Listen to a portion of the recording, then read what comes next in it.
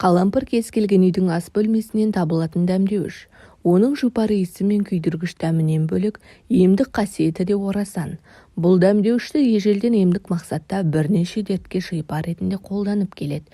Пайдалы ақпаратты өткізіп алмас үшін каналға тіркеліп видеоны соңына дейін қарауыңызды сұраймыз. Қалампыр А, С, Е, В, В1, В2 тобындағы дәрумендерге бай. Сонымен қатар калий, кальций, марганец, мыс, күкірт, мырыш, натрий, магний және темір элементінің қайнар көзі болып табылады.